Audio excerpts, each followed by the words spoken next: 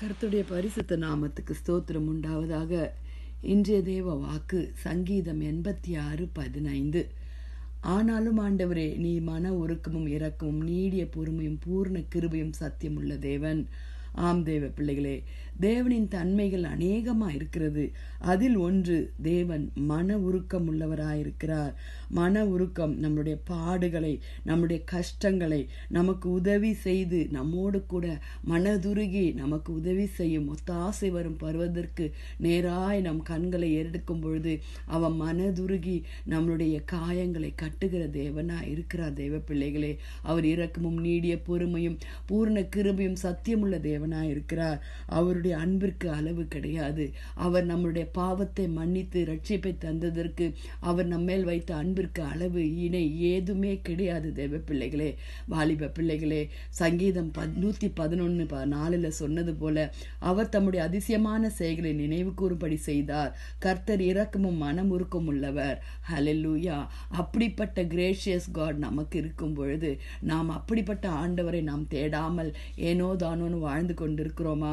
அதே 2 ராஜாக்கள் 13:23 ஆனாலும் கர்த்தர் அவர்களுக்கு இறங்கி ஆபிரகாம், ஈசாக், யாக்கோபு என்பவர்களோடு செய்த தமது உடன்படிக்கை நிமித்தம் அவர்களை அழிக்க சித்தமில்லாமல் அவர்களை இன்னும் தம்முடைய முகத்தை விட்டு தள்ளாமலும் அவர்கள் மேல் மனதுருகி அவரை நிலைத்தழுறினார் என்று வாசிக்கிறோம். தேவ பிள்ளைகளே, ஆண்டவராகிய இயேசு கிறிஸ்து அவருடைய கோபாக்கினை நம்மளை மேலே கொடுக்காதபடி அவருடைய அபண்டன்ட் கிரேஸ், அவருடைய அபண்டன்ட் ஃபெய்த்ஃபுல்னஸ், அவருடைய அபண்டன்ட் லவ் நமக்கு தந்திருக்கிறார். தேவ பிள்ளைகளே, அப்படிப்பட்ட ஆண்டவரை நோக்கி நாம் கேட்போமா?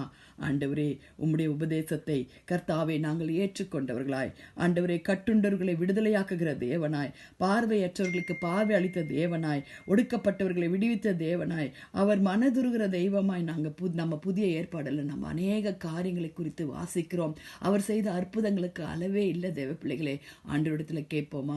ஆண்டவரிடத்தில் ஜெபிப்போமா? ஏசப்பா, எங்கள் மேலே நீங்கள் மன உருக்கமாக இருங்கப்பா.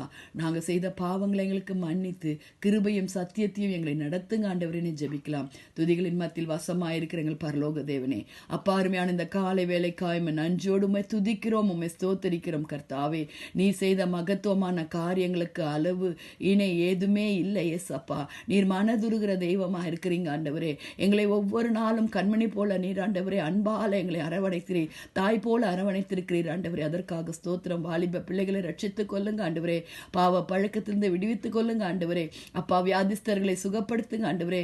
இந்த கால அவஸ்தையிலிருந்து பிள்ளைகளை பாதுகாத்து கொள்ளுங்க, ஊழியர்களை பாதுகாத்து கொள்ளுங்க, தேசத்தை பாதுகாத்து கொள்ளுங்க ஆண்டவரே. உம்முடைய கரத்தில் ஒப்பு கொடுக்கிறோம் சுவாமி. துதிகன மகிமை உமக்கே செலுத்துகிறோம். நீங்க பெருகணும், நாங்க சிறுகணும். ஏசப்பா, நீரே மகிமைப்படுவீராக. இயேசுவின் மூலம் ஜெபம் கேளும் பிதாவே. ஆமேன், ஆமேன். Have a blessed day. Bye.